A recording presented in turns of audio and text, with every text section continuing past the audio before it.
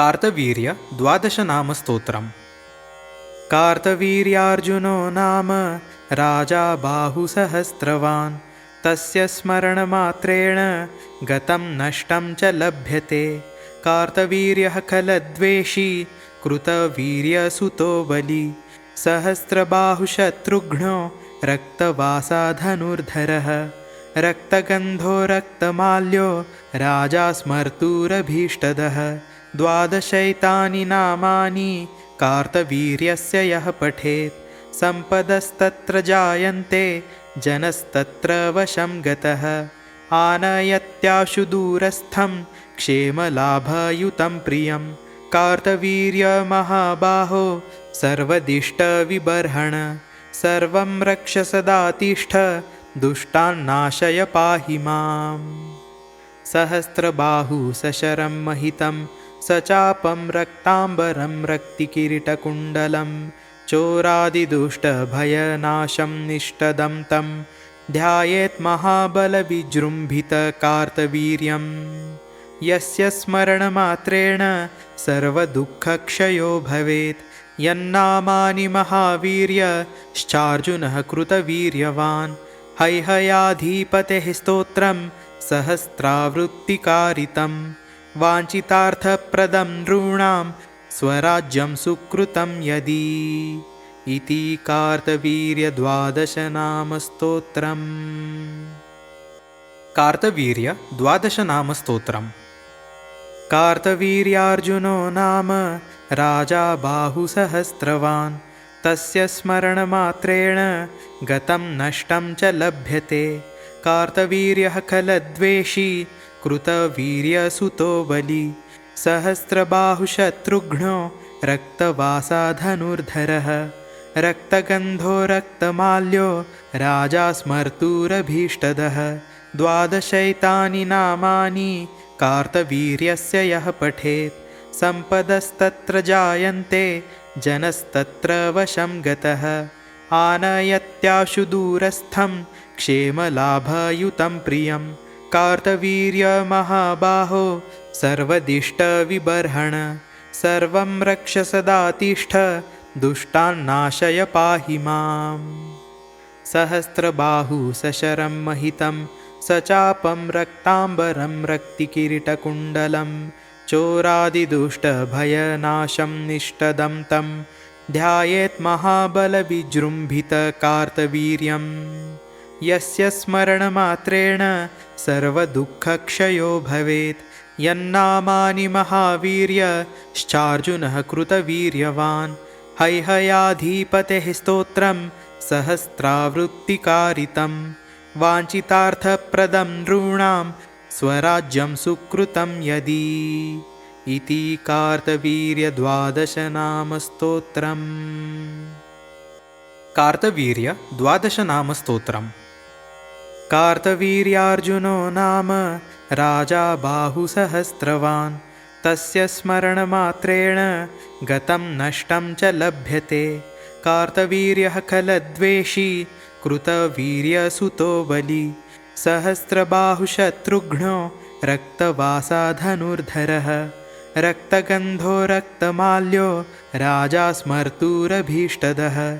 द्वादशैतानि नामानि कार्तवीर्यस्य यः पठेत् सम्पदस्तत्र जायन्ते जनस्तत्र वशं गतः। आनयत्याशु दूरस्थं क्षेमलाभयुतं प्रियं। कार्तवीर्यमहाबाहो सर्वदिष्टविबर्हण। सर्वं रक्ष सदा तिष्ठ दुष्टान्नाशय पाहि माम्। सहस्रबाहु सशरं महितं सचापं रक्ताम्बरं रक्तिकिरीटकुण्डलं। चोरादिदुष्टभयनाशं निष्टदं तं ध्यायेत् महाबलविजृम्भितकार्तवीर्यं। यस्य स्मरणमात्रेण सर्वदुःखक्षयो भवेत्। यन्नामानि महावीर्यश्चार्जुनः कृतवीर्यवान्। हैहयाधिपतेः स्तोत्रं सहस्रावृत्तिकारितं। वाञ्छितार्थप्रदं नॄणां स्वराज्यं सुकृतं यदि। इति कार्तवीर्यद्वादशनामस्तोत्रम्। कार्तवीर्य द्वादशनामस्तोत्रम्। कार्तवीर्यार्जुनो नाम राजा बाहुसहस्रवान्, तस्य स्मरणमात्रेण गतं नष्टं च लभ्यते। कार्तवीर्यः खलद्वेषी कृतवीर्यसुतो बली, सहस्रबाहुशत्रुघ्नो रक्तवासाधनुर्धरः। रक्तगन्धो रक्तमाल्यो राजा स्मर्तुरभीष्टदः। द्वादशैतानि नामानि कार्तवीर्यस्य यः पठेत्, सम्पदस्तत्र जायन्ते जनस्तत्र वशं गतः। आनयत्याशु दूरस्थं क्षेमलाभयुतं प्रियं, कार्तवीर्यमहाबाहो सर्वदिष्टविबर्हण। सर्वं रक्ष सदा तिष्ठ, दुष्टान्नाशय पाहि माम्। सहस्रबाहु सशरं महितं, सचापं रक्ताम्बरं रक्तिकिरीटकुण्डलं, चोरादिदुष्टभयनाशं निष्टदं तं ध्यायेत् महाबलविजृम्भितकार्तवीर्यं। यस्य स्मरणमात्रेण सर्वदुःखक्षयो भवेत्, यन्नामानि महावीर्यश्चार्जुनः कृतवीर्यवान्। हैहयाधिपतेः स्तोत्रं सहस्रावृत्तिकारितं, वाञ्छितार्थप्रदं नॄणां स्वराज्यं सुकृतं यदि। इति कार्तवीर्यद्वादशनामस्तोत्रम्। कार्तवीर्य द्वादशनामस्तोत्रम्। कार्तवीर्यार्जुनो नाम राजा बाहुसहस्रवान्, तस्य स्मरणमात्रेण गतं नष्टं च लभ्यते। कार्तवीर्यः खलद्वेषी कृतवीर्यसुतो बली, सहस्रबाहुशत्रुघ्नो रक्तवासाधनुर्धरः। रक्तगन्धो रक्तमाल्यो राजा स्मर्तुरभीष्टदः। द्वादशैतानि नामानि कार्तवीर्यस्य यः पठेत्, सम्पदस्तत्र जायन्ते जनस्तत्र वशं गतः। आनयत्याशु दूरस्थं क्षेमलाभयुतं प्रियं, कार्तवीर्यमहाबाहो सर्वदिष्टविबर्हण। सर्वं रक्ष सदा तिष्ठ, दुष्टान्नाशय पाहि माम्। सहस्रबाहु सशरं महितं, सचापं रक्ताम्बरं रक्तिकिरीटकुण्डलं, चोरादिदुष्टभयनाशं निष्टदं तं ध्यायेत् महाबलविजृम्भितकार्तवीर्यं। यस्य स्मरणमात्रेण सर्वदुःखक्षयो भवेत्, यन्नामानि महावीर्यश्चार्जुनः कृतवीर्यवान्। हैहयाधिपतेः स्तोत्रं सहस्रावृत्तिकारितं, वाञ्छितार्थप्रदं नॄणां स्वराज्यं सुकृतं यदि। इति कार्तवीर्यद्वादशनामस्तोत्रम्। कार्तवीर्य द्वादशनामस्तोत्रम्। कार्तवीर्यार्जुनो नाम राजा बाहुसहस्रवान्, तस्य स्मरणमात्रेण गतं नष्टं च लभ्यते। कार्तवीर्यः खलद्वेषी कृतवीर्यसुतो बली, सहस्रबाहुशत्रुघ्नो रक्तवासाधनुर्धरः। रक्तगन्धो रक्तमाल्यो राजा स्मर्तुरभीष्टदः। द्वादशैतानि नामानि कार्तवीर्यस्य यः पठेत्, सम्पदस्तत्र जायन्ते जनस्तत्र वशं गतः। आनयत्याशु दूरस्थं क्षेमलाभयुतं प्रियं, कार्तवीर्यमहाबाहो सर्वदिष्टविबर्हण। सर्वं रक्ष सदा तिष्ठ, दुष्टान्नाशय पाहि माम्। सहस्रबाहु सशरं महितं, सचापं रक्ताम्बरं रक्तिकिरीटकुण्डलं, चोरादिदुष्टभयनाशं निष्टदं तं ध्यायेत् महाबलविजृम्भितकार्तवीर्यं। यस्य स्मरणमात्रेण सर्वदुःखक्षयो भवेत्, यन्नामानि महावीर्यश्चार्जुनः कृतवीर्यवान्। हैहयाधिपतेः स्तोत्रं सहस्रावृत्तिकारितं, वाञ्छितार्थप्रदं नॄणां स्वराज्यं सुकृतं यदि। इति कार्तवीर्यद्वादशनामस्तोत्रम्। कार्तवीर्य द्वादशनामस्तोत्रम्। कार्तवीर्यार्जुनो नाम राजा बाहुसहस्रवान्, तस्य स्मरणमात्रेण गतं नष्टं च लभ्यते। कार्तवीर्यः खलद्वेषी कृतवीर्यसुतो बली, सहस्रबाहुशत्रुघ्नो रक्तवासाधनुर्धरः। रक्तगन्धो रक्तमाल्यो राजा स्मर्तुरभीष्टदः। द्वादशैतानि नामानि कार्तवीर्यस्य यः पठेत्, सम्पदस्तत्र जायन्ते जनस्तत्र वशं गतः।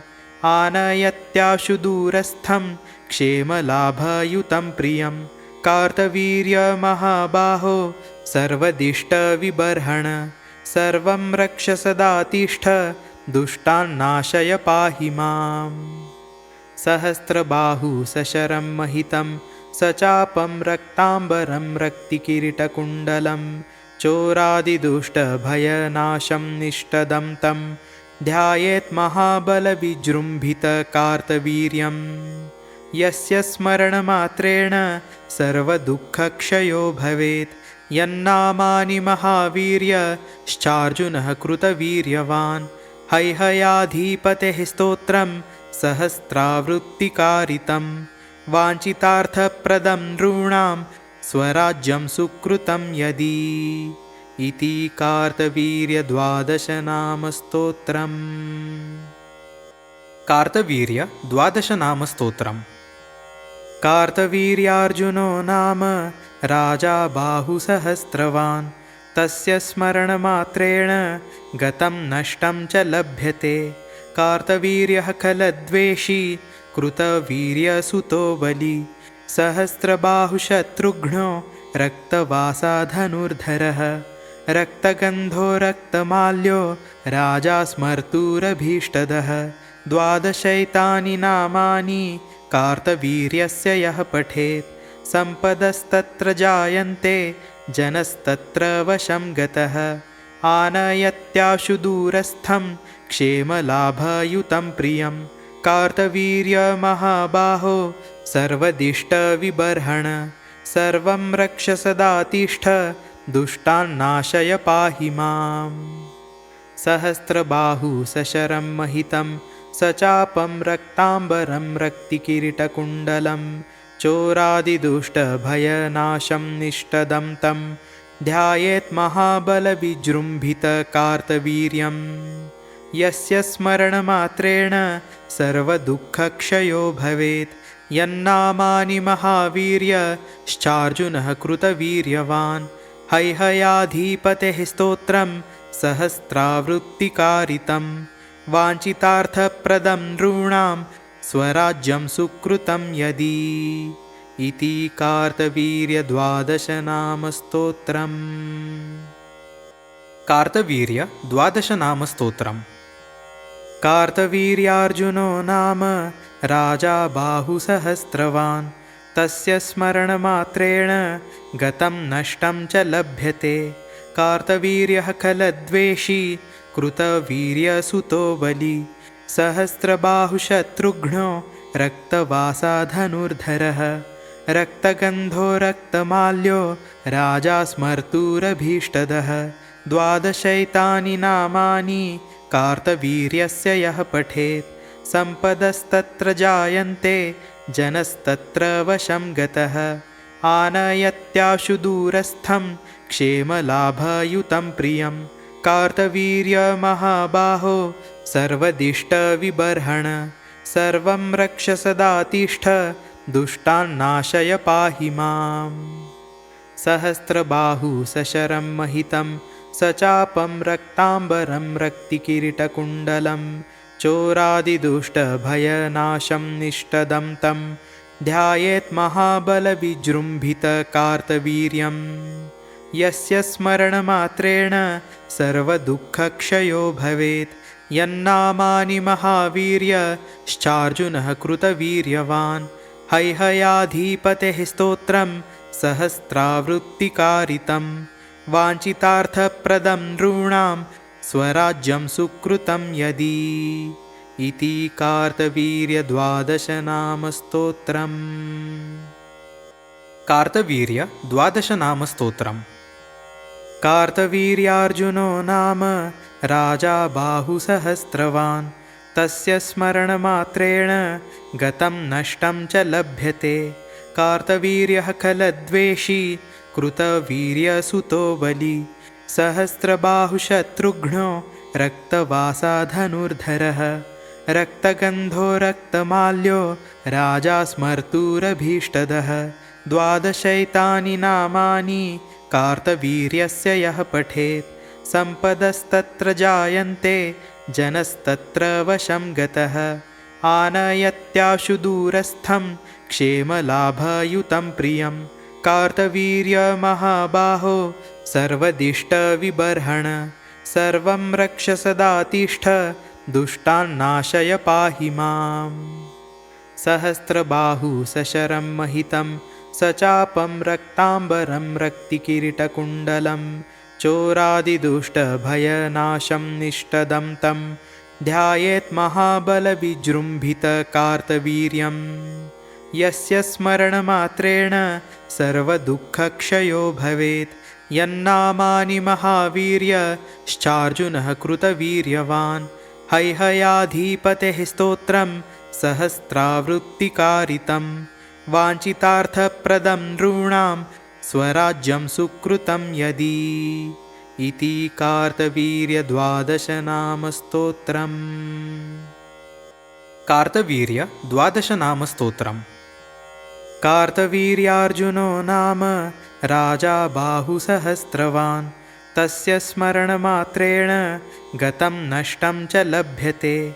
कार्तवीर्यः खलद्वेषी कृतवीर्यसुतो बली, सहस्रबाहुशत्रुघ्नो रक्तवासाधनुर्धरः। रक्तगन्धो रक्तमाल्यो राजा स्मर्तुरभीष्टदः। द्वादशैतानि नामानि कार्तवीर्यस्य यः पठेत्, सम्पदस्तत्र जायन्ते जनस्तत्र वशं गतः। आनयत्याशु दूरस्थं क्षेमलाभयुतं प्रियं, कार्तवीर्यमहाबाहो सर्वदिष्टविबर्हण। सर्वं रक्ष सदा तिष्ठ, दुष्टान्नाशय पाहि माम्। सहस्रबाहु सशरं महितं, सचापं रक्ताम्बरं रक्तिकिरीटकुण्डलं, चोरादिदुष्टभयनाशं निष्टदं तं ध्यायेत् महाबलविजृम्भितकार्तवीर्यं। यस्य स्मरणमात्रेण सर्वदुःखक्षयो भवेत्, यन्नामानि महावीर्यश्चार्जुनः कृतवीर्यवान्। हैहयाधिपतेः स्तोत्रं सहस्रावृत्तिकारितं, वाञ्छितार्थप्रदं नॄणां स्वराज्यं सुकृतं यदि। इति कार्तवीर्यद्वादशनामस्तोत्रम्। कार्तवीर्य द्वादशनामस्तोत्रम्। कार्तवीर्यार्जुनो नाम राजा बाहुसहस्रवान्, तस्य स्मरणमात्रेण गतं नष्टं च लभ्यते। कार्तवीर्यः खलद्वेषी कृतवीर्यसुतो बली, सहस्रबाहुशत्रुघ्नो रक्तवासाधनुर्धरः। रक्तगन्धो रक्तमाल्यो राजा स्मर्तुरभीष्टदः। द्वादशैतानि नामानि कार्तवीर्यस्य यः पठेत्, सम्पदस्तत्र जायन्ते जनस्तत्र वशं गतः। आनयत्याशु दूरस्थं क्षेमलाभयुतं प्रियं, कार्तवीर्यमहाबाहो सर्वदिष्टविबर्हण। सर्वं रक्ष सदा तिष्ठ, दुष्टान्नाशय पाहि माम्। सहस्रबाहु सशरं महितं, सचापं रक्ताम्बरं रक्तिकिरीटकुण्डलं, चोरादिदुष्टभयनाशं निष्टदं तं ध्यायेत् महाबलविजृम्भितकार्तवीर्यं। यस्य स्मरणमात्रेण सर्वदुःखक्षयो भवेत्, यन्नामानि महावीर्यश्चार्जुनः कृतवीर्यवान्।